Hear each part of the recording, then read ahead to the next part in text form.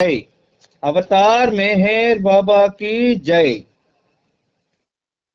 Beloved God, help us all to love you more and more, and more and more, and still yet more, till we become worthy of union with you, and help us all to hold fast to Baba's daman till the very end. Avatar Meher Baba ki Jai. Avatar Meher బాబాకి జై. ప్రీతం మెహర్ బాబా, నీవు ప్రసాదించిన ప్రవచన సారమును గ్రహించవలసిన తీరులో గ్రహించి సదవగాహన చేసుకుని వాటిని మా జీవనములలో ఆపాదించుకుని నిజాయితీ తోడను నిర్మల ప్రేమ తోడను వాటిని ఆచరించులాగున మా అందరినీ ఆశీర్వదించు. అట్టి ఆచరణయుత జీవన శైలిలో జీవించినట్లు మా అందరినీ అనుగ్రహించు. అవతార్ మెహర్ బాబా की జై. అవతార్ మెహర్ బాబా की జై.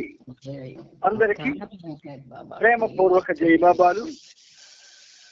ఈరోజు కూడా ఆ దివ్య సనాతనుడు మన ప్రీతముడు ఆయనతో సహజీవనాన్ని సాగించే సదవకాశాన్ని మహద్భాగ్యాన్ని మనందరికీ కలుగజేశారు.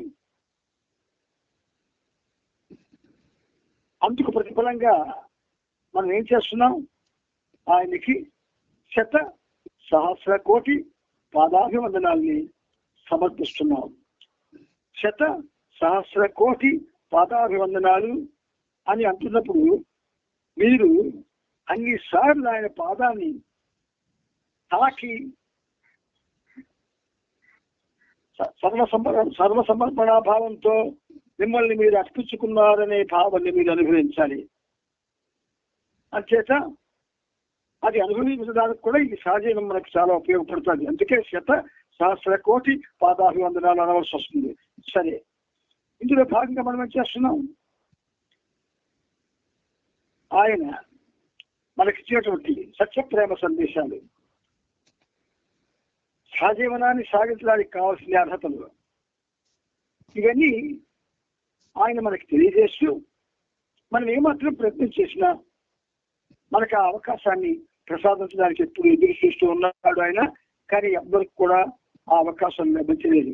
ఇంతటి మహద్భాగ్యాన్ని కలిగించిన ఆ పురుషోత్తములకి మనం మన తరపున రక్తకోటి తరపున శత సహస్ర కోటి పాదాభివందనాలు సమర్పిద్దాం. ఇందులో భాగంగా మనం భవిష్యత్తు చదువుకుంటూ ఆ క్రమంలో మనం 5840 పేజీలు మీద 3 లైన్లు చదువుకొని ఆపుకున్నాం. ఆ కింద ప్రమాదం జరిగి కేవలం అన్న ప్రయాణించి శ్రీబాబు చదువుతారు. జాగ్రత్తగా వినండి, చక్కగా బాబాతో ఉండండి. ఏ ఇతర సలపులు హృదయాల్లోనికి రానివ్వకండి. జై బాబా. జై బాబా. నానా, ప్రమాదం జరిగి కేవలం వారం రోజులు గడిచాయి. బాబాకు నొప్పులు తీవ్రమయ్యాయి. కండరాల కుదుపులు వంటి ఇతర సమస్యలు ఎన్నో మొదలయ్యాయి. మెరుగైన వైద్య సదుపాయాల గురించి బాబాను పూణే తీసుకెళ్తే మంచిదని ఎంతగానో వేడుకుంటున్న గోహెర్ డాంకిన్ల కోరికను బాబా ఎట్టకేలకు మన్నించారు. బాబా అంగీకరిస్తే ఆయన్ని పూణే తీసుకువెళ్ళడానికి నారిమన్ బొంబాయి నుంచి అంబులెన్స్ తో పాటు వచ్చి అప్పటికే సిద్ధంగా ఉన్నాడు. డిసెంబర్ 10వ తేదీ ఉదయం బాబాను అంబులెన్స్ లో పూనా తీసుకువెళ్లి జంగ్లీ మహారాజ్ రోడ్డులో ఉన్న డాక్టర్ బన్సోద్ హాస్పిటల్లో ఉంచారు.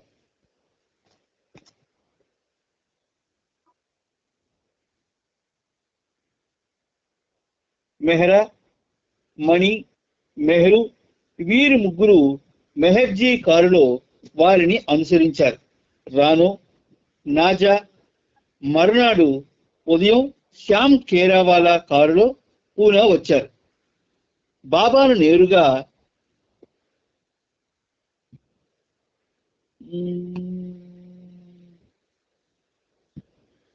నేరుగా డాక్టర్ బన్సోద్ క్లినిక్ కు తీసుకువచ్చారు.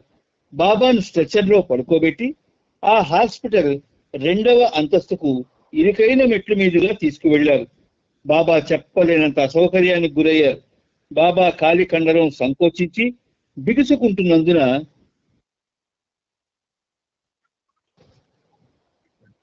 అంతకు ముందు వేసిన ప్లాస్టర్ ని తీసివేశారు.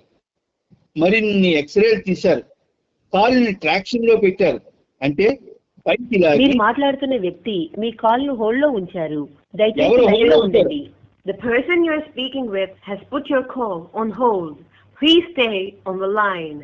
आप जिस व्यक्ति से बात कर रहे हैं उसने आपके कॉल को होल्ड पर रखा है.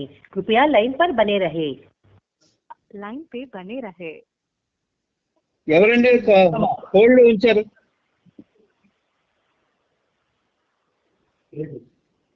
పైకి లాగి కట్టి ఇసుక మూటను వేలాడదీశారు. బాబా ఆరోగ్య పరిస్థితిని పరీక్షించేందుకు నరాలకు గుండెకు సంబంధించిన స్పెషలిస్ట్ డాక్టర్లను పిలిపించారు. విరిగిన తుంటి ఎముక సంతృప్తికరంగానే అతుక్కుంది. కానీ బాధ తీవ్రత ఎక్కువవుతోంది.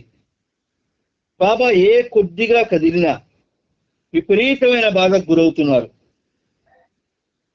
తుంటి ప్రాంతంలో నొప్పి తీవ్రత కొంత తగ్గినప్పుడు మరొక రకమైన బాధ మొదలయ్యేది. ఇది ఎలా ఉందంటే బాబా ఆ సమయంలో తాను అలాగే బాధపడవలసి ఉందని, ఆ బాధను ఉపశమనింపజేయడానికి మండలి వారేమీ చేయలేరని, ఆయన భరించే బాధను ఏ విధంగానూ వారు పంచుకోలేరని బాబా స్పష్టంగా చెబుతున్నట్లుగా ఉంది. దానినే బాబా నిర్ధారిస్తున్నట్లుగా అనిపించింది.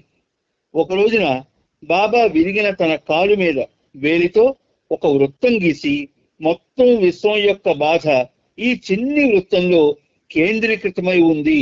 నా విశ్వాత్మక వ్యధ యొక్క స్పష్టమైన వ్యక్తీకరణయే ఇది అని అన్నారు.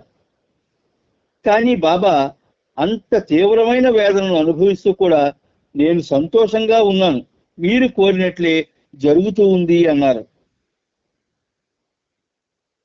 కొంతసేపటికి బాబా డాక్టర్ బన్సోద్ హాస్పిటల్లో ఇక ఉండలేనని చెప్పారు. హాస్పిటల్ కూడా చాలా చిన్నదిగా ఉంది, ఎంత మాత్రం సౌకర్యంగా లేదు. అవసరానికి మించి అక్కడ ఉండలని బాబా స్పష్టం చేశారు. అందువల్ల బాబా కొరకు పూనాలో తగిన బంగ్లా కోసం మెహర్వాన్ జస్సావాలా మెహర్జీ వెతకడం మొదలుపెట్టారు. మెహర్జీ స్వంత ఇంటికి దగ్గరలో చక్కనైన చిన్న బంగ్లా ఒకటి అద్దెకు దొరికింది. 3 సాలిస్బరీ పార్క్ రోడ్ లో ఉన్న ఆ బంగ్లా పేరు సిల్వర్ ఓక్స్. డిసెంబర్ 11వ తేదీన బాబాను అక్కడికి తీసుకువెళ్లారు. బాబా కొరకు ప్రత్యేకమైన బెడ్ ఏర్పాటు చేశారు. డాక్టర్ బన్సోద్, మరొక డాక్టర్ వీర్కార్ వచ్చి బాబా కాలుని ట్రాక్షన్ పెట్టి వెళ్ళారు. కానీ ఆ సాయంత్రం బాబాకు బాధ తీవ్రమై ఈడ్పు నొప్పులు వచ్చాయి. రాత్రిపూట డాక్టర్ను మళ్లీ పిలవవలసి వచ్చింది. అంతవరకు స్త్రీ మండలి బింద్రా హౌస్ లో ఉన్నారు. వారిప్పుడు బాబాతో ఉండడానికి సిల్వర్ ఓక్స్ కు వచ్చేశారు. డాంకిన్ కూడా బాబాతోనే ఉన్నాడు. బాబాకు స్త్రీలకు బింద్రా హౌస్ నుండే భోజనం వస్తుండడం వల్ల ఇంట్లో వారికి వంటలో సహాయం చేయడానికి నాజా బింద్రా హౌస్ లో ఉండిపోయింది. మెహర్జీ సోదరుడు జాల్ రాత్రి కాపలా డ్యూటీని నిర్వహిస్తున్నారు. బొంబాయి నుండి నారీమన్ ప్రతి వారం వచ్చి రాత్రి కాపలా ఉంటూ వాళ్లకు సహాయపడుతున్నాడు. బాబు కూడా ప్రతి ఆదివారం పూనా వెళ్లి సతారాలో కోలుకుంటున్న ఏరిచ్ పెండుల గురించి సమాచారాన్ని బాబాకు అందించి బాబా నుండి సూచనలను తీసుకొని అదే రోజు సాయంత్రం సతారా తిరిగి వస్తున్నాడు. ఈ సమయంలో బాబు విపరీతమైన మానసిక ఒత్తిడికి గురవుతున్నాడు. బాబా అతన్ని విశ్రాంతి తీసుకోమని ఆదేశించారు. అయినా ఈ విషయంలో విధేయత చూపించలేకపోతున్నాడు. ఎందుకంటే ఇంకా హాస్పిటల్లో ఉన్న పెండును ఏరుచును ఎవరో ఒకరు చూసుకోవలసి ఉంది. అటువంటి సందర్భంలో ఒకసారి బాబు పూనా నుండి వస్తూ సతారా బస్ స్టేషన్ లో దిగేసరికి అతనికి పెండు దగ్గర రాత్రివేళ సహాయంగా ఉండడానికి నియమించిన మనిషి రావడం లేదని తెలిసింది. వెంటనే బాబు నేరుగా హాస్పిటల్కి వెళ్లి ఆ రాత్రంతా నిద్ర లేకుండా ఉండవలసి వచ్చింది. విశ్రాంతి తీసుకోవాల్సిందిగా బాబా తనను ఆదేశించిన బాబా ఆదేశాన్ని పాటించలేకపోతున్నాడు. ఒక ఆదివారం పూనా వెళ్లిన బాబును బాబా బాగా మందలించారు. నా మాటలను నువ్వు పట్టించుకోవా? నా ఆజ్ఞలను క్రమం తప్పకుండా ఉల్లంఘిస్తూనే ఉన్నావు. నీకు ఆరోగ్యం సరిగా లేదు, నీవు చనిపోవచ్చు. ఒకవేళ నీవు మరణించినా నీ మరణం నన్ను ఏమాత్రమూ బాధించదు. కానీ నీవు నాకు చూపిస్తున్న అవిధేయత నన్ను బాధిస్తుంది. నేను ఇప్పటికే బాధను అనుభవిస్తున్నాను. నీ అవిధేయత నా బాధను మరింత పెంచుతుంది అన్నారు. అవే మాస్టర్ వర్క్స్. నువ్వు చనిపోవచ్చు. ఒకవేళ నువ్వు మరణించినా నీ మరణం నన్ను ఏమాత్రం బాధించదు. ప్రేమమయుడు అలాంటి పదప్రయోగం చేస్తే సామాన్యులు తట్టుకోగలరా? తట్టుకోలేరు, ఆయన తెలుసు. కానీ అవిధేయతను ఆయన గ్రహించడం. మనం బాబాకి విధేయులుగా ఉండవలసింది. అయితే అవిధేయత అంటే ఏమిటి? ఇక్కడ అవిధేయతలు 2 కేటగిరీలు ఉన్నాయి. ఒకటి విధేయత చూపించిన దానికి శరీరం సహకరించకపోతే అవిధేయత చూపించిన ఒకటి. విధేయత చూపించడానికి ఆరోగ్యం అంతా ఉన్నప్పటికీ కూడా అది ఒక ఏమిటైపోద్దులే అన్న నీరస భావన. ఆ భావంతో కానీ అలాగే అవిధేయత చూపిస్తే మాత్రం అది బాబాని బాధిస్తుంది. ఇప్పటికే బాధను అనుభవిస్తున్నాను. మొత్తం విశ్వబాధ అంతా ఆయన అనుభవిస్తున్నాను. సామాన్య బాధ కాదు, విశ్వబాధ. అందుచేత ఈ అవిధేయత నా బాధను మరింత పెంచుతుంది అంటున్నారు ఆయన. ఎంత బాగా చెప్తాడో చూడండి ఆయన. మనం అర్థం చేసుకుంటే అసలు నిద్ర కూడా పట్టదు మనకి. సరే, ముందుకు వెళ్ళాను. బాబా భావును వేధించడం ఏ స్థాయికి చేరిందంటే ఆఖరికి నాకు ఈ కారు ప్రమాదం నీ కారణంగానే సంభవించింది అనేశారు.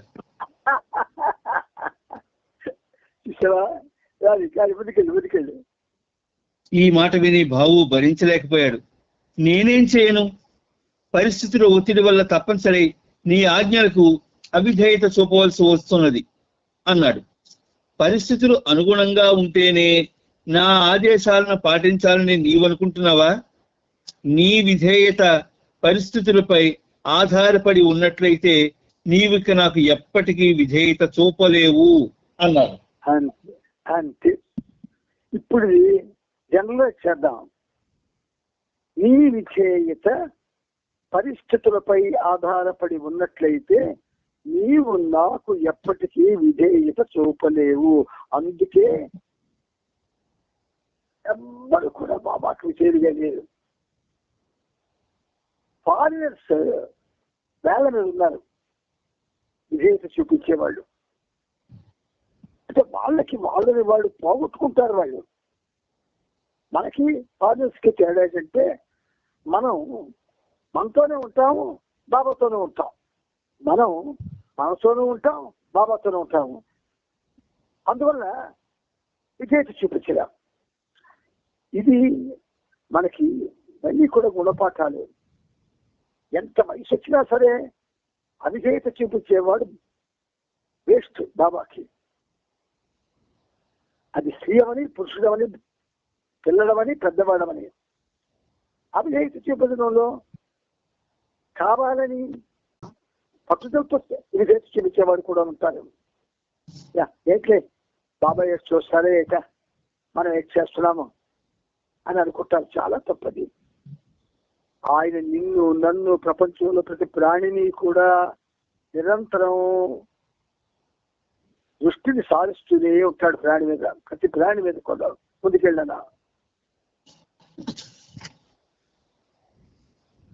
బాబు సరే, అయితే ఏరిచ్ను పెండును చూసుకునేందుకు ఎటువంటి ఏర్పాటు చేయాలి అని అడిగాడు. బాబా, నా మాటకు విలువిస్తావా లేక ఏరిచ్ పెండులకు విలువిస్తావా? వారు ఒకవేళ చనిపోతే ఏమవుతుంది? నా ఇచ్చను పాటించడంలో ఏది అడ్డు కాకూడదు.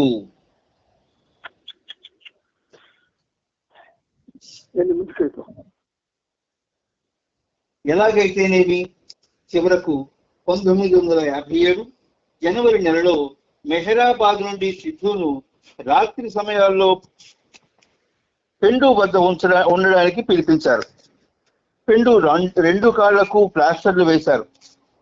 అతడు చాలా రోజులు అపస్మారక స్థితిలో ఉన్నాడు. అతడి తలకు కూడా దెబ్బ తగిలింది. దానితో భయానకమైన బాధను అనుభవిస్తున్నాడు. ఏల్చ్ చాలా ధైర్యంగా తన బాధను భరిస్తున్నాడు. పక్కటెముకలు విరిగిన కారణంగా బెడ్ పైన పడుకోలేక రాత్రి పగలు బెడ్కు చేరబడి కూర్చునే ఉంటున్నాడు. అయినా నెల రోజులలోపే కోలుకొని హాస్పిటల్ నుండి బయటపడి పూనాలో ఉన్న బాబా దగ్గరికి వెళ్ళిపోయాడు. ప్రమాదంలో బ్రతికి బయటపడిన వారందరిలోనూ తీవ్రంగా గాయపడింది బాబా ఒక్కరే. ఆయన పడే బాధలు మానవ మాతృలెవరూ భరించలేరు. కానీ బాబా మాత్రం తన బాధను ఆనందంగా అనుభవిస్తున్నట్టు కనిపించేవారు. పూర్తిగా కదలలేని స్థితిలో ఉండి భరించలేనంత నొప్పిని భరిస్తూనే బాబా అతి చిన్న విషయాల పట్ల సైతం శ్రద్ధ చూపుతున్నారు. 10 రోజులుగా బాబా మూత్ర విసర్జన సమస్యతో బాధపడుతున్నారు. చాలా రోజులుగా మల విసర్జన కూడా జరగలేదు. డాక్టర్ బన్సోద్ స్వయంగా తన చేతితో మలద్వారంలోని మలాన్ని తీయవలసి వచ్చింది. బాబాకు చికిత్స చేస్తున్న ప్రతి డాక్టరు ఆయన అవసరాలకు సంతోషంగా హాజరవుతున్నారు. నొప్పి ఎలా ఉన్నప్పటికీ బాబా మాత్రం ఉల్లాసంగా కనబడుతూ ఎలాంటి బాధ లేనట్లుగానే వారితో చరిస్తున్నారు. పైపెచ్చు డాక్టర్లే రోగులు మాదిరిగా వారి వారి వ్యక్తిగత సమస్యలను బాబాకు నివేదించుకునేవారు. కానీ స్త్రీ పురుష మండలి వారితో బాబా నిత్యం ప్రవర్తించే తీరు గతంలో మాదిరి కాకుండా తారుమారయ్యింది. బాబా అదే పనిగా తన బాధ నుంచి వారికి చెబుతూనే ఉండేవారు. ఆయన పట్ల వారెంతగా శ్రద్ధ చూపించినా తనకు ఏమాత్రం ఏ విధమైన ఉపశమనం లేదన్నట్లు ఉండేవారు. ఆ విధంగా తన సేవ చేసుకునే అవకాశాన్ని వాళ్ళకి ఇస్తుండేవారు. మండలి సభ్యుల్లో ఏ ఒక్కరైనా స్త్రీ కానీ పురుషుడు కానీ ఇసుమంత అశ్రద్ధగా ఉన్న సేవా తత్పరత యొక్క ఔన్నత్యం గురించి లెక్కకు మించి పాఠాలు చెప్పేవారు. అంత కష్టం ఇంకా పాఠాలు చెప్పడమే. మరి ఎంత సంస్కృతిగా చూడండి ఆయన ముందుకెళ్ళాడా. డిసెంబర్ 15వ తేదీ సాయంకాలం బాబా శ్రీమండలి వారితో ఇలా చెప్పారు. ప్రమాదం జరిగిన నాటి నుండి గడిచిన 75 రోజులుగా ఏకాంతవాసంలో ఉన్న నేను శారీరకంగా బాధను అనుభవిస్తూ నా విశ్వకార్యాన్ని నిర్వహించవలసిన అవసరం ఏర్పడింది. ఆ పనిలోని తీవ్రత యొక్క తీరు ఒక కొండ ఎక్కడం లాంటిది. మొదటి 3 వారాలు పర్వతారోహణంతో పోల్చవచ్చు. కాబట్టి రేపటి నుండి ప్రారంభం కాబోయే వారం రోజులు ఎంతో కీలకమైనవిగా ఉండి మొత్తం కార్యక్రమం శిఖరాగ్రానికి చేరుకుంటుంది. తర్వాతి 21 రోజులలో పని యొక్క స్థాయి మెల్లగా ఒక క్రమమైన అవరోహణకు వచ్చి ఆ చివరి 44 రోజుల్లో క్రమంగా తిరిగి అభివృద్ధిని సాధిస్తుంది. అప్పుడు కేవలం సాధారణమైన బాధ, మామూలు అసౌకర్యం మాత్రమే ఉంటాయి. అనగా నా పరిస్థితిలో ఏ వ్యక్తి ఉన్నా ఎలా ఉంటాడో అలా ఉంటుంది. తన సందేశాన్ని కొనసాగిస్తూ బాబా ఇలా చెప్పారు. ఈ విశ్వం యొక్క మానసిక బాధలు నన్ను అనగద్రొక్కి పిండి చేస్తున్నట్టున్నాయి. కానీ నేను అనుభవించే అనంతమైన పరమానందం, చరాచరమైన మొత్తం సృష్టి పట్ల నాకు గల ప్రేమ నన్ను సంరక్షిస్తున్నాయి. అంతేకాదు, నా ప్రేమికుల ప్రేమ నేను మోస్తున్న ఈ సృష్టి భారాన్ని మోయడంలో నాకు చేయూతనిస్తుంది. రాబోయే వారంలో నా బాధ తీవ్ర స్థాయికి చేరుకుంటుంది. అలా జరగడం అవసరం. తప్పనిసరిగా నన్ను ప్రేమించే ప్రేమికుల ప్రేమ ద్వారా నేను ఇట్టి క్లిష్ట పరిస్థితి నుండి బయటపడతాను. ఆ తరువాత బాబా తనను ప్రేమించే ప్రేమికులందరి గురించి ఈ సందేశాన్ని చెప్పి వ్రాయించారు. నిస్సహాయునిగా ఉన్నట్లు కనబడే నా ఈ స్థితిలో మరొకసారి ప్రకటించి చెబుతున్నాను, భగవంతుడు తప్ప సర్వము భ్రాంతియే. ఆత్మల కల్లా ఆత్మ అయిన పరమాత్మతో. ఏ బాబా ఎవరో మధ్యలో మాట్లాడుతున్నారు? అత్యంత ముఖ్యమైన సందేశాలండి ఇవి. ఎవరు దయచేసి మధ్యలో మాట్లాడకండి ప్లీజ్. నిస్సహాయనగా ఉన్నట్లు కనబడే నా ఈ స్థితిలో మరొకసారి ప్రకటించి చెబుతున్నాను, భగవంతుడు తప్ప సర్వము భ్రాంతియే. సమస్త ఆత్మల కల్లా ఆత్మ అయిన పరమాత్మతో సెల్ఫ్ ఆఫ్ ది సెల్ఫ్స్ ఐక్యం కావాలంటే ప్రేమ, త్యాగము మరియు ప్రియతములైన భగవంతుని ఇచ్ఛకు అరమరికలు లేకుండా నిజాయితీతో ఒదిగి ఉండడమే ఏకైక మార్గమని కూడా ప్రకటిస్తున్నాను. జై బాబా. జై బాబా.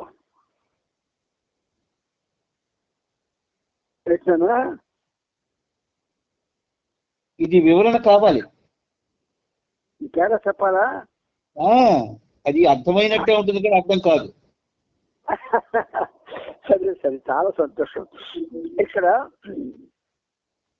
తనను ప్రేమించే ప్రేమికులందరి గురించి ఈ సందేశాన్ని వ్రాయించారు. ఎవరు బాబాను ప్రేమించే ప్రేమికులు?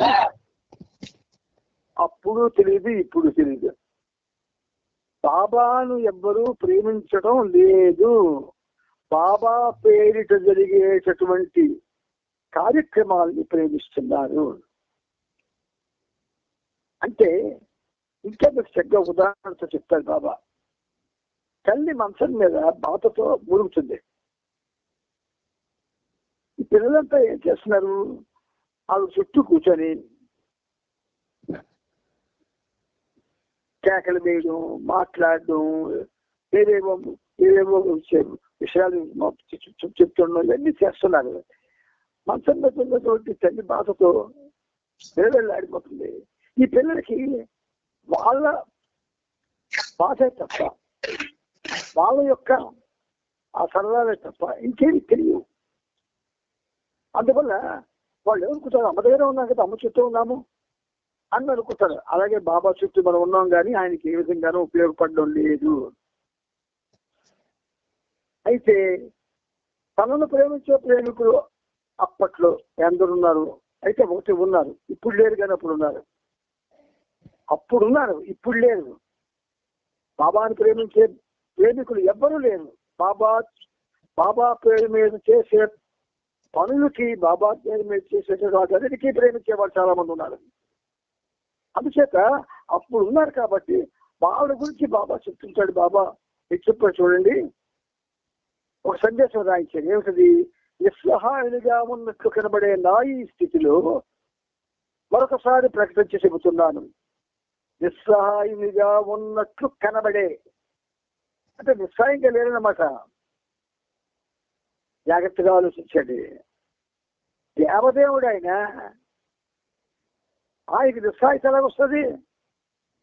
అంచేత నిస్సహాయునిగా ఉన్నట్లు కనబడే నా ఈ స్థితిలో మరొకసారి ప్రకటించి చెబుతున్నాను, భగవంతుడు తప్ప సర్వము భ్రాంతియే.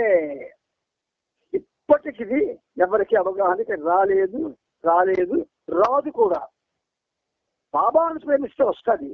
బాబా పేరిట మనం చేసే పనులను ప్రేమిస్తున్నాం మనం, అందుచేత రాదు. బాబాను ప్రేమించడం వేరు, బాబా పేరిట మనం చేసే పనులను ప్రేమించడం వేరు. బాబాకు విధేయుడిగా ఉండడం వేరు, బాబా పేరిట చేసే పనులు చేయడానికి విధేయుడిగా ప్రవర్తించడం వేరు. There is a lot of difference between these two. నాడు నేడు కూడా ఆయన ఉన్నారని కానీ, లేదు ఆయనకి ఇప్పటికి కూడా మనం విధేయులుగా ఉండాలని కానీ, విధేయులుగా లేకపోతే మనకు మరి ఒక విధంగా చెప్పాలంటే పొందవలసింది పొందలేమని ఎవ్వరూ లేరు అలా అనుకునేవాళ్ళు. అందుచేత ఏమిటి, ఈ స్థితిలో మరొకసారి ప్రకటన చెబుతున్నాను, భగవంతుడు తప్ప సర్వము భ్రాంతియే. భ్రాంతి అంటే లేదు. సమస్త ఆత్మలకెల్లా ఆత్మ అయిన ఆ పరమాత్మతో సెల్ఫ్ ఆఫ్ ది సోర్స్. సమస్త ఆత్మలకెల్లా ఆత్మ అయిన ఆ పరమాత్మతో. ఏ పరమాత్మతో? The only one that exist. వాడు పరమాత్మ.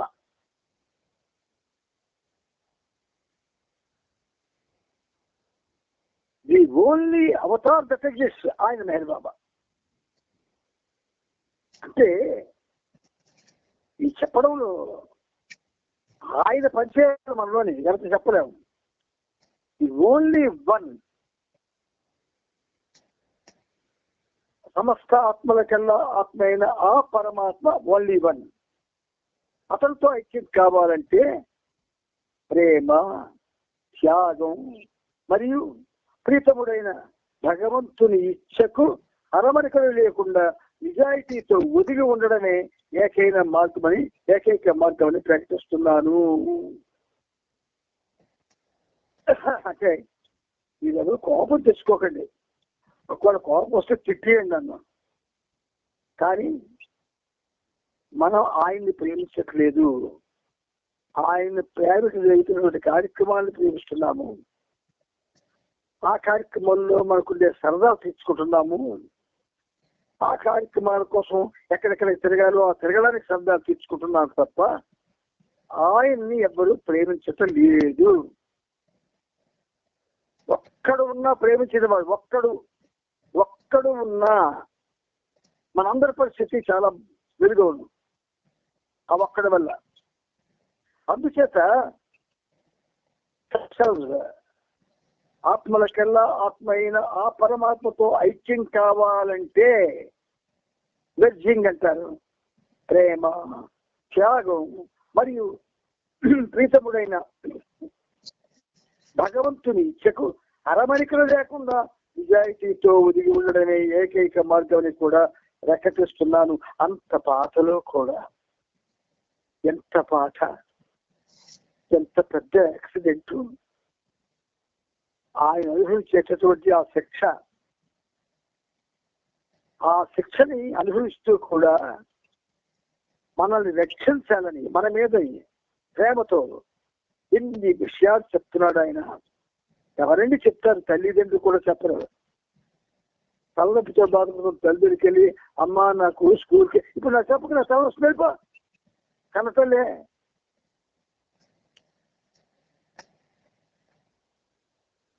ఆఫ్టర్ ఆల్ విశ్వ జనాభాలో నువ్వు ఒక తల్లివి, నీ తలనొప్పి వచ్చింది. కడుపున కన్నా పిల్లలు దగ్గరికి వచ్చింది, కడిగిసి తలనొప్పి పడి వచ్చిందా? మరి ఈయనకి ఎన్నట్టు రావాలి? కానీ బాబా ప్రేమను పంచుతాడు ఆయన. కాబట్టి ఆ పరిస్థితుల్లో కూడా ఆ పరమాత్మతో ఐక్యం కావాలంటే ప్రేమ అది లేదు మన దగ్గర, త్యాగం అది లేదు. ఈ రెండు వందలు లేవు. ప్రేమ, త్యాగం. త్యాగం అంటే డబ్బులు ఇవ్వడం కాదు, చందాలు ఇవ్వడం కాదు, భోజనాలు పెట్టడం కాదు. ప్రేమ, త్యాగము. మెహబాబా యొక్క విశ్వమానవ కార్యక్రమంలో నువ్వు నిర్వహించగలిగిన కార్యం ఏదైనా ఉంటే దాన్ని తెలుసుకొని దాని మీద నువ్వు ప్రార్థించుకోవాలి. దానికోసం నువ్వు త్యాగం చేయాలి. మరియు ప్రీతముడైన భగవంతుని ఇచ్చకు, ఆయన ఇచ్చకు ట్రూటుంది అంటే ఆయన అంటాడు. ఆయన ఏ ఇచ్చ అయితే ఆయన కోరుకుంటాడో అది మనలో లేదు. అందుకని అరమరికలు లేకుండా నిజాయితీతో ఒదిగి ఉండడమే. అరమరికలు లేకుండా నిజాయితీతో ఒదిగి ఉండడం అది అసాధ్యం. నెహ్రూ బాబా మన ప్రీతముడు, అందులో ఏమి సందేహపడక్కర్లేదు. కానీ ఆ ప్రీతముల్లో సకల కాల సర్వకాలంలో కూడా ప్రపంచం అంతా కూడా చాలా ప్రేమతో పరిపాలిస్తున్నటువంటి ఒక స్వామి ఉన్నాడు, ఏకైకుడు. ఆధ్యాత్మిక సామ్రాజ్యానికి చక్రవర్తి ఆయన ఉన్నాడు. ఆయనే మనకి ప్రేమ త్యాగాలు మనలో నింపాలి. ఎలా నింపుతాడు? వాటిని అడగడం లేదు కదా. మనం అందరూ అడుగుతుంది ఏదో అడుగుతున్నాం. నీ సావాసం చేసుకోవాలి, దర్శనం చేసుకోవాలి, ఇలాగవన్నీ అడుగుతున్నాం. ఇవన్నీ మనకు చాలా ఇంపార్టెంట్. ఇది ఇంపార్టెంట్ కాదని ఎవరూ అనలేరు. కానీ ఇంతకన్నా ఇంపార్టెంట్ ఏమైనా ఉందా అంటే ప్రేమ త్యాగం మనం తెచ్చుకోవాలి. అది చెప్తున్నాడు ఆయన. ఇంత కష్ట సమయంలో కూడా ప్రేమ త్యాగము పెంచుకోకపోతే మనం ఏం చేసినా వృధా అయిపోతుంది. అందుకే ఆయన చుట్టూ నిరంతరం ఉంటూ ఆహర్నిశం కనిపెట్టుకుని ఉంటూ ఆయన సేవ చేసిన సన్నిహితులైనటువంటి ఆ శిష్యులకు కూడా, అంటే మండలికి కూడా వీళ్ళు ఇంకా 3 జన్మలు ఎత్తవలసిందే అన్నాడు ఆయన. మరి మనం 3 కోట్ల జన్మలు ఎత్తాలా? మనం బాబాతో సంబంధాన్ని అనుభవించడం లేదు, సో మనం సంబంధాన్ని అనుభవిస్తున్నాం. ఇప్పుడు బాబా ఎందుకు గమ్మత్తుగా పనిచేశాడంటే ఈ సహజీవనం ఫోన్లో పెట్టాడు. అదే కానీ ప్రత్యక్షంగా ఎవరింట్లో పెట్టుంటే లేదా ఏ స్థలంలోనో పెట్టుంటే మనం ఇది వినకపోదాం. కాబట్టి ఫోన్లో పెట్టాడు. ఎంత గమ్మత్తుగా చేస్తాడంటే ఆయన ప్రతిదీ చాలా గమ్మత్తుగా చేస్తాడు. ఫోన్లో పెట్టాడు కాబట్టి ఇంచుమించుగా ఇవి ఒక 11 పుస్తకాలు, అంతకుముందు ఒక 16 పుస్తకాలు పూర్తి చేసుకున్నాం మనం ఫోన్ కాబట్టి. అదే ఎక్కడో ప్లేస్లో పెడితే సగం కూడా అవ్వకపోయి ఉండేవి మనకి. కాబట్టి అన్నిటికంటే గొప్పది ప్రేమ, బాబా మీద ప్రేమ. అన్నిటికంటే గొప్పది ఆయన కోసం త్యాగం చేయడం. ఆయన కోసం త్యాగం మనం ఏం చేయగలమండి? ఇది మీరు చెప్పాలి. ఎందుకంటే బికాస్ అందరూ కూడా భ్రమలో ఉన్నారు. మేము బాబా పని బాగా చేసేస్తున్నాం, బాబా పని బాగా చేసేస్తున్నాం, బాబా పని గొప్పగా చేసేస్తున్నాం, అంతగా చేసేస్తున్నాం, ఇంతగా చేసేస్తున్నాం అన్న భ్రమలో ఉన్నారు. బాబా పని చేయడం అంటే నిజమైనటువంటి ప్రేమని ఒక సామాన్యుడికి లేదా ఒక బాధలో ఉన్నవాడికి లేదా ఒక బాధతో హాస్పిటల్లో మగ్గిపోతున్న వాడికి, అటువంటి వాడి దగ్గరికి వెళ్ళి నువ్వు బాబా నామం చేసి, నాయన బాబా భగవంతుడు, ఆయన నీ బాధని ఉపశమింపజేస్తాడు నాయన అని ప్రేమతో మాట్లాడితే అది బాబా యొక్క ప్రేమ అందివ్వడం. అంతేగాని మనల్ని మనం కౌగులించుకొని వచ్చిన కౌగులించుకొని మనం ఏవేవో చేస్తే అది ప్రేమ కాదు, అది డ్రామా. ఈ విషయాలు ఖచ్చితంగా చెప్పడంలో ఈ పనిముట్టు ఎట్టి పరిస్థితుల్లో కూడా జంకదు, గొంకదు. ప్రేమని పంచడం అంటే బాబా ప్రేమని పంచడం, మన ప్రేమ కాదు. మన ప్రేమ ఎందుకు పనికిరాదు, బాబా ప్రేమని పంచాలి. సరే నాన్న ముందుకెళ్ళు. నేను ఆత్మలకల్లా ఆత్మ, నేనే చరమగమ్యాన్ని, అల్టిమేట్ గోల్. అందువల్ల పరిపూర్ణమైన నిజాయితీతో నిండు హృదయంతో నన్ను ప్రేమించండి. నా ఏకాంతవాసం ముగిసిన తరువాత అంటే 1957 సంవత్సరం ఫిబ్రవరి 15వ తేదీ నాటికి నేను ఈ నిస్సహాయత నుండి బయటపడతాను. అప్పుడు నా సహవాసాన్ని, దర్శనాన్ని, ఆశీస్సులను అందరికీ అందిస్తాను. ఫిబ్రవరి 15వ తేదీన నా ప్రేమికులందరితో కలిసి 24 గంటల పాటు ఉపవాసం అవలంబిస్తాను. గాయాల కారణంగా నా భౌతిక కార్యకలాపాల విషయంలో విధించిన పరిమితులను లెక్క చేయకుండా ఆ రోజున నేను 700 మంది పేదలకు అన్నదానం చేసి వారి పాదాలకు ప్రణమిల్లుతాను. మీ అందరికీ నా ప్రేమాశీస్సులు. డిసెంబర్ 16వ తేదీ ఆదివారం నుండి బాబా బలహీనంగా ఉన్నారు. అనారోగ్యం కారణంగా నీరసంగా కనిపిస్తున్నారు. ఆయన శారీరక బాధలన్నీ రెట్టింపు తీవ్ర స్థాయికి చేరుకున్నాయి. బాబా కాలుకు ఏర్పాటు చేసిన ట్రాక్షన్ లో కట్టిన ఇసుక సంచి బరువు బాబాను క్రమంగా మంచం క్రింద భాగానికి లాగుతున్నాయి. తిరిగి ఆయన మంచం మీద సరిగ్గా పడుకోబెట్టినప్పుడు తీవ్రమైన బాధకు లోనవుతున్నారు. అంతకుముందు వేసిన ప్లాస్టర్ వల్ల, బెడ్ సోర్స్ వల్ల భరించలేని బాధకు గురయ్యారు. వీపు రాపిడికి లోనై పుండ్లు పడ్డాయి. ఆయన కదిలినప్పుడంతా కాలు తీవ్రమైన నొప్పి తీవ్రమైపోతున్నందున వాటికి చికిత్స చేయడం కుదరడం లేదు. ఎప్పుడూ వెళ్ళకిలా పడుకుని ఉండడం వల్ల వెన్నుముక, చిట్ట చివరి ఎముక కూడా బాగా బాధ కలిగిస్తోంది. డిసెంబర్ 16 సాయంత్రం సరిగ్గా 4 గంటలకు స్త్రీ మండలి బాబా దగ్గర ఉండగా ఆ సమయంలో ఈ సంఘటన జరిగింది. బాబా పడుకుని ఉన్నారు. బాధలేమీ లేకుండా ప్రశాంతంగా ఉన్నారు. ఉన్నట్టుండి ఆయన కళ్ళల్లో కన్నీరు పొంగుకు వచ్చి చెక్కిళ్లపై జారడం స్త్రీలు చూశారు. ఇది జరగక ముందు నుండి ఆయన చేతి వేళ్లు వేగంగా కదులుతూనే ఉన్నాయి. 1 నిమిషం పాటు ఆ స్థితి ఉంది. తదుపరి బాబా కళ్ళు తుడిపించుకొని వారితో ఈ విషయం మరిచిపోండి అని సొంగి చేశారు. ఈ కన్నీరు నా శారీరక బాధ కొరకు కాదు, బాధలు పడుతున్న ఈ ప్రపంచం గురించి అని వివరించారు. ప్రపంచం కొరకు ఇక్కడ ఏమైనా పాయింట్ దొరికిందా మీకు? శారీరక బాధ కొరకు కాదు, ప్రపంచం పడుతున్న బాధల గురించి నాకు ఈ కన్నీరు వస్తుంది అన్నారు ఆయన. అవతార పురుషుడు సామాన్య మానవుల్లో వస్తాడు. సామాన్య మానవుల్లాగే బాధ అనిపిస్తాడు. సామాన్య మానవుల్లాగే సంచరిస్తాడు. సామాన్య మానవుల్లాగే మనతో సరసాలాడతాడు. సామాన్య మానవుల్లాగే మనతోనేమో వినోదాల్లో పాల్గొంటాడు. ఇలా అన్ని చేస్తాడు. అయితే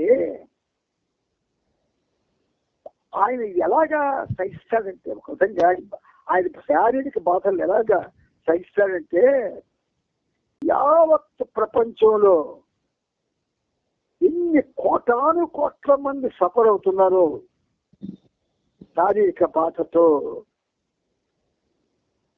అది ఆయనకు ఒక్కసారి తలపు వచ్చింది.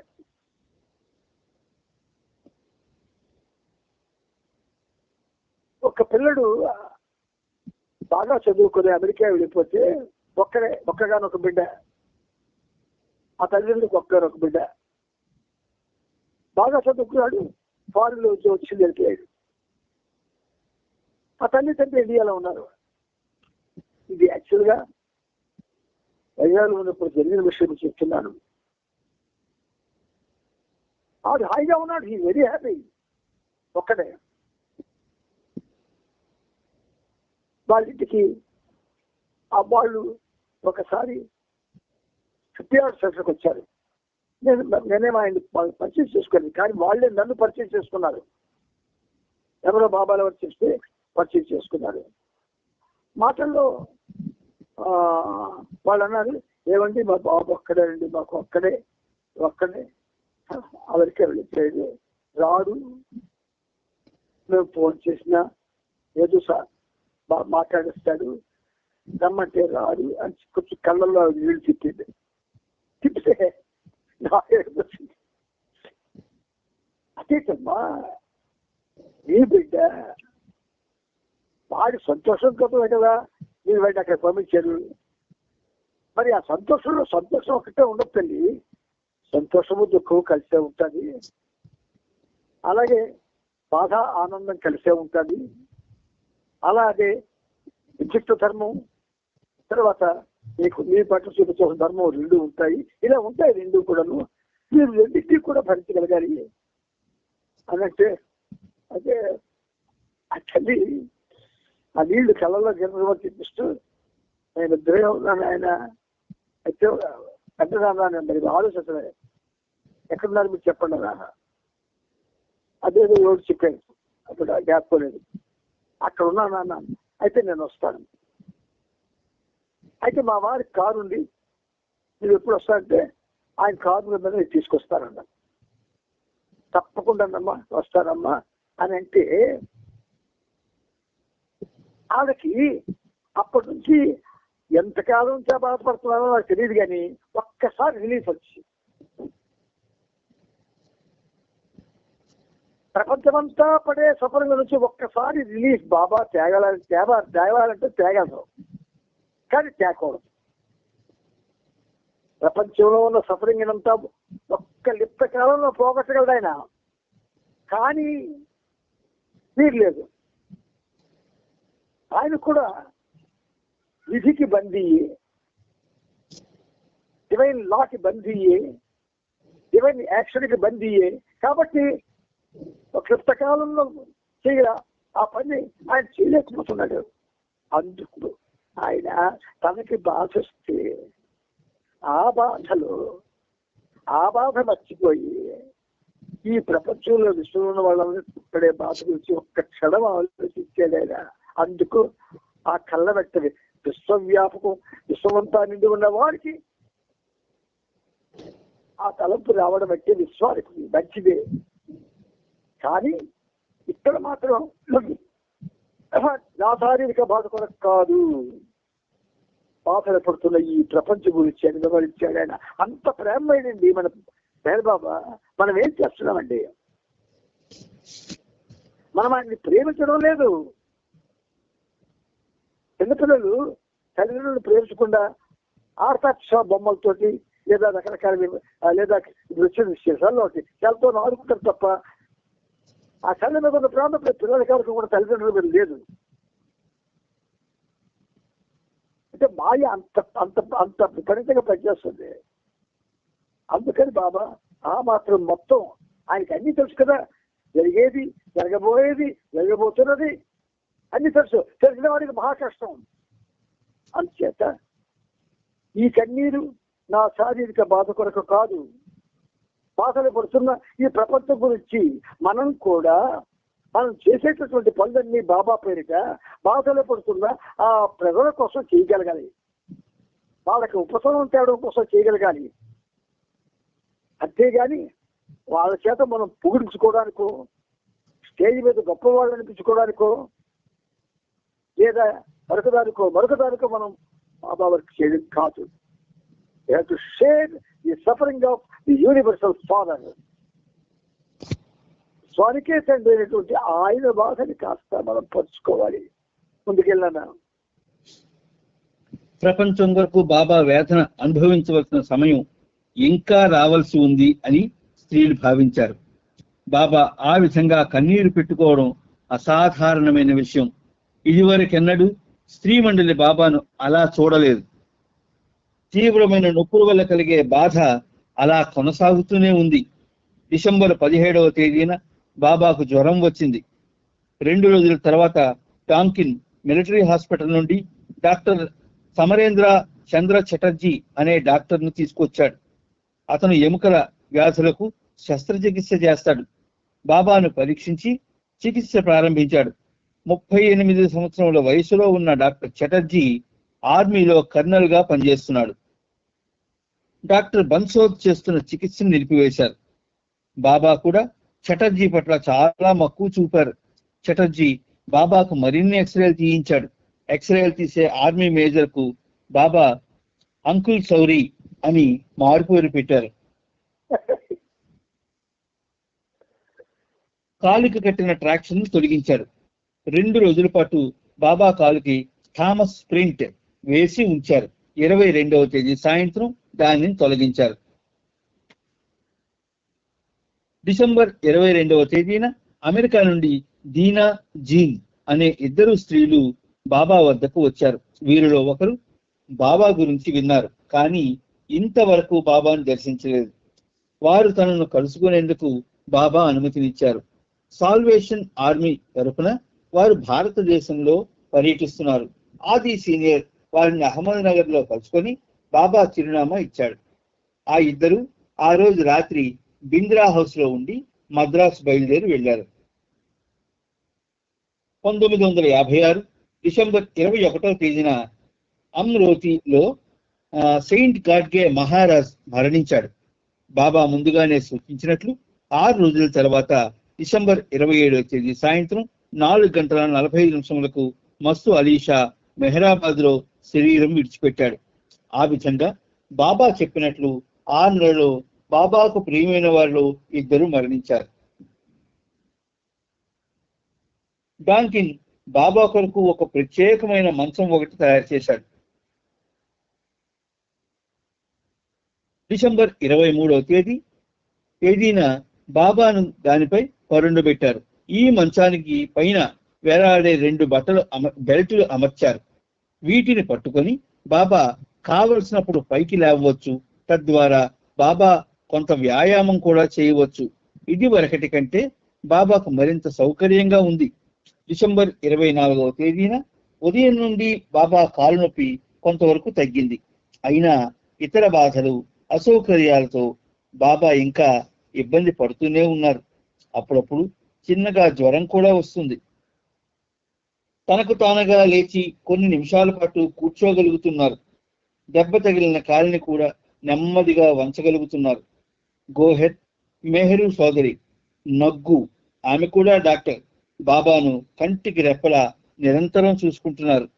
1957 జనవరి 5వ తేదీన ఉదయం 9 గంటలకు ఆది సీనియర్ డాంకిన్ వచ్చారు. మొదటి కారు ప్రమాదం తర్వాత బాబా వాడిన మడిచే చక్రాల కుర్చీని, క్రచెస్ ను చంక కింద పెట్టుకొని నడిచేందుకు ఉపయోగపడే కర్రలు తీసుకువచ్చారు. మెహరాజాద్లో ఉంటున్న ఒక పెద్ద తివాచీని కూడా కాకా భార్య వీరి ద్వారా పంపించాడు. బాబా మంచంపై కాలు చాపుకొని వెనుకకు వాలి కొంత సమయం కూర్చోగలుగుతున్నారు. ఫిబ్రవరిలో తాను తలపెట్టిన 3 బేదల కార్యక్రమాల గురించి ఆది సీనియర్ కి సూచనలు ఇచ్చారు.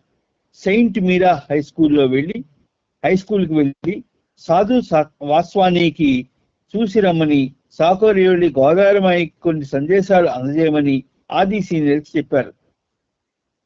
ఒకరోజు ఉండవలసిందిగా కాకా భార్యను కూడా పూనా పిలిపించారు.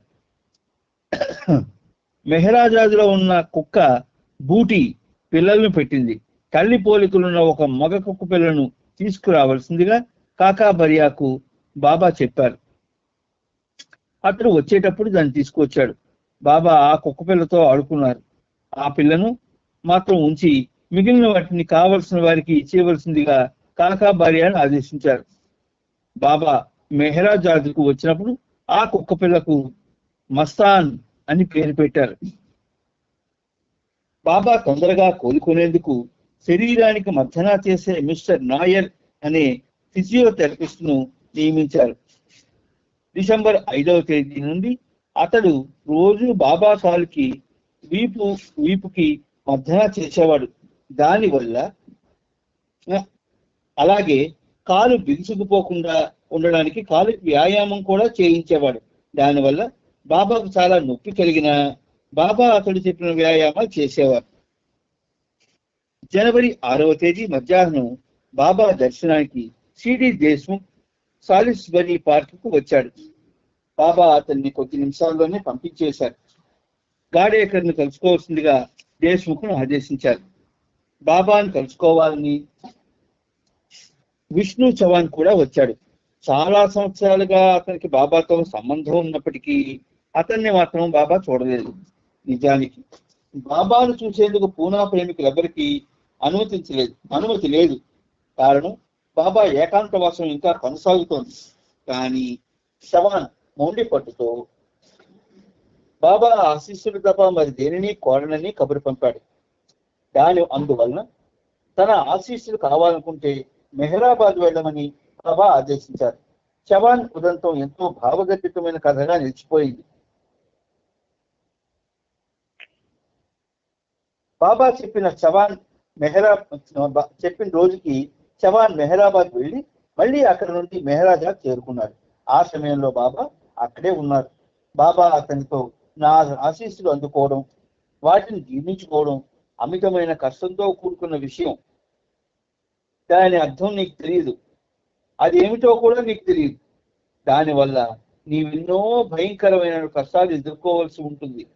నా కృప అంటే అర్థం ఏమిటో అర్థం తెలుసా నీకు? నీకున్నదంతా తుడిచిపెట్టుకుపోతుంది.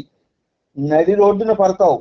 నా కృపను అందుకోవాలని సాహసించేవారు నా కృపను పొందగలిగే హక్కు ఉన్నట్లయితే తమది అనుకున్న సర్వస్వాన్ని పోగొట్టుకుంటారు. వారికి నిలువ నీడ కూడా ఉండదు. గోచి పెట్టుకొని తిరగాలి అని హెచ్చరించారు. ఎంత భయపెట్టారు చూడండి. అది నిజం, అదే నిజం. ఆయన అలాగే చేస్తాడు. కాకపోతే మనకు తెలియదు ఆ సంగతి. సరే జయబాబా ముందుకెళ్ళు.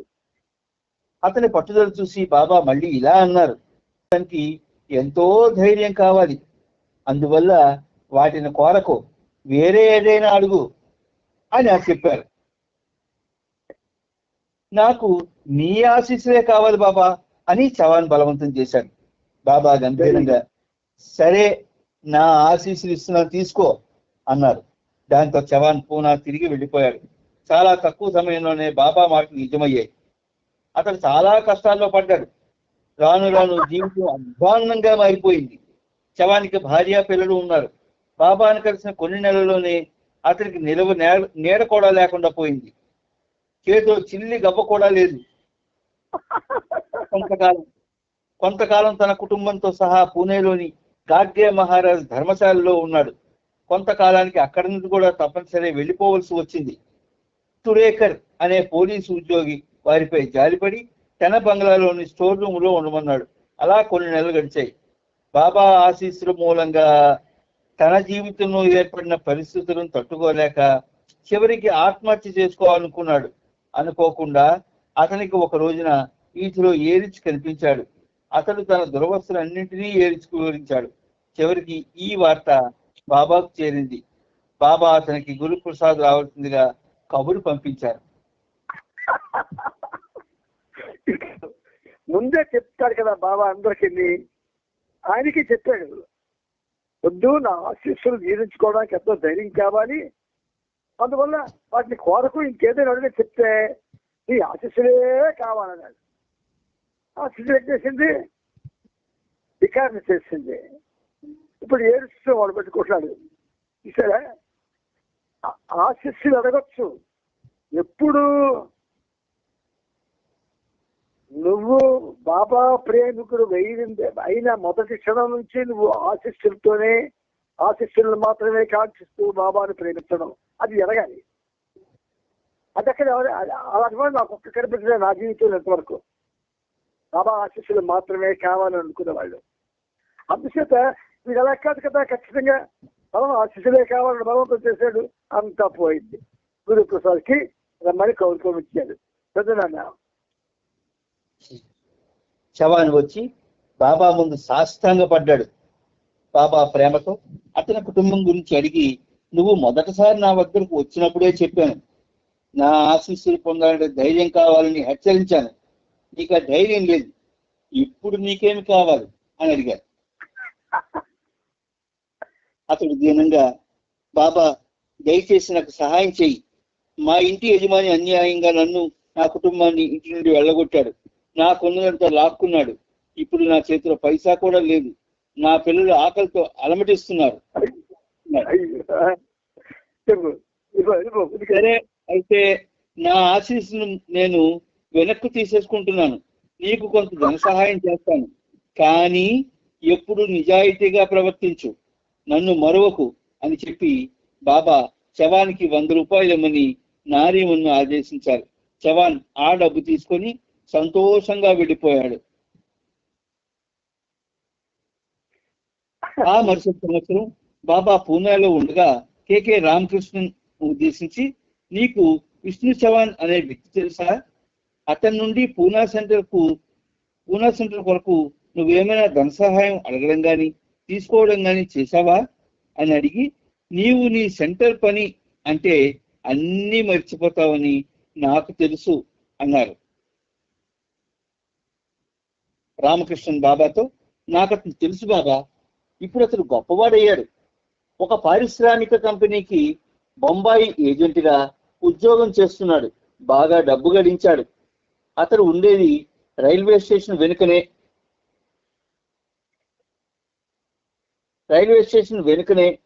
ఎక్కడికి వెళ్ళినా నా టాక్సీలోనే వెళ్తాడు. కానీ నేను అతన్ని ఎలాంటి చందా అడగలేదు. అతని భార్య మాత్రం ప్రతి నెల 2 రూపాయలు పంపిస్తూ ఉంటుంది. అదే వాళ్ళు ఇచ్చేది అన్నాడు. చవాన్ దగ్గర నుండి డబ్బు తీసుకోవద్దని రామకృష్ణన్ను బాబా హెచ్చరించారు.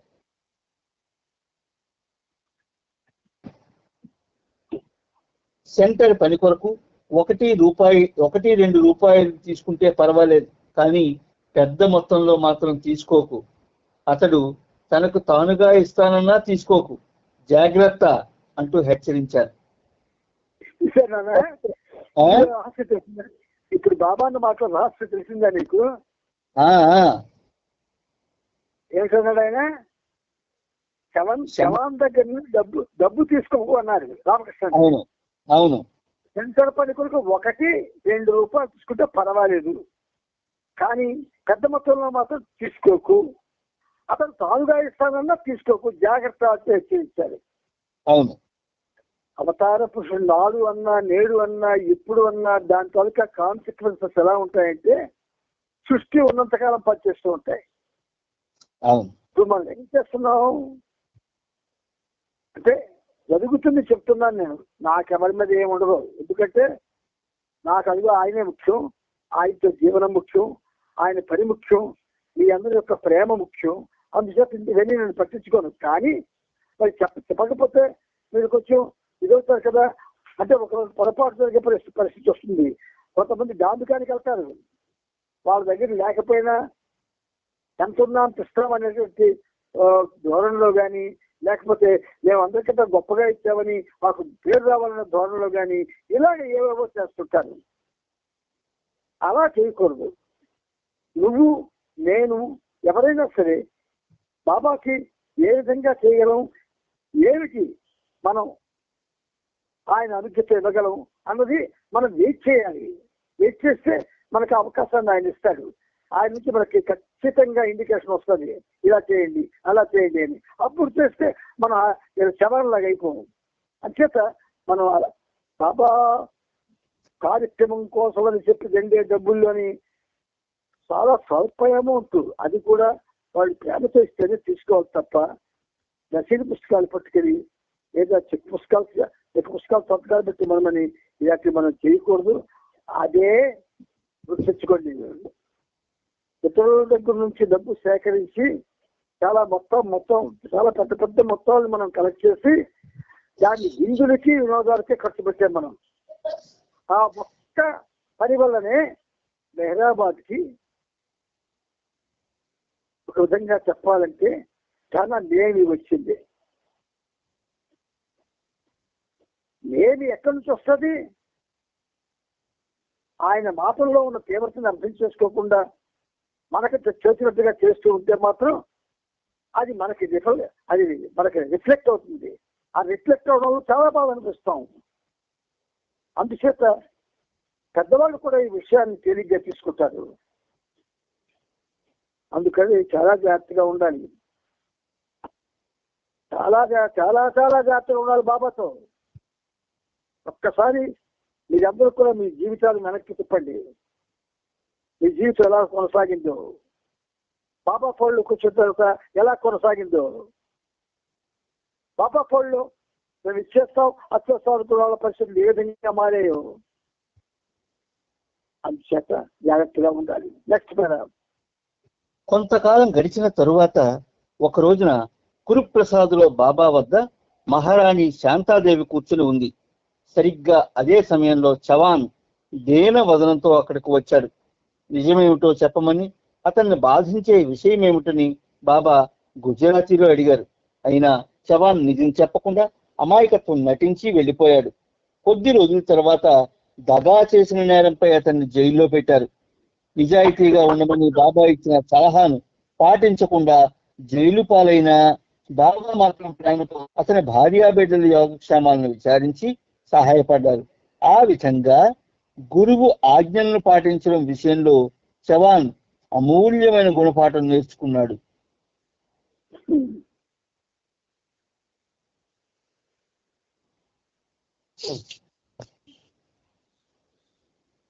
బాబాకి విరిగిన తుంటి ఎముకకు డాక్టర్ చటర్జీ చికిత్స కొనసాగిస్తున్నాడు.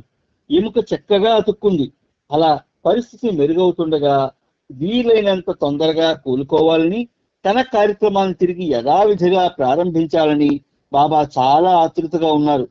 1957 జనవరి 7న నేను తొందరగా ఆరోగ్యం పుంజుకోవాలి, ఎందుకంటే రాబోయే రోజుల్లో అతి విశిష్టమైన పని చురుకుగా జరగవలసి ఉంది అని అన్నారు బాబా. జై బాబా.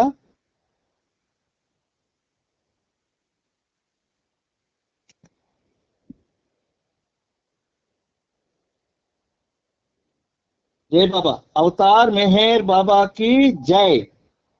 అవతార్ మెహర్ బాబా की జై. అందరికీ జై బాబా. అందరికీ జై బాబా. అవతార్ మెహర్ బాబా की జై.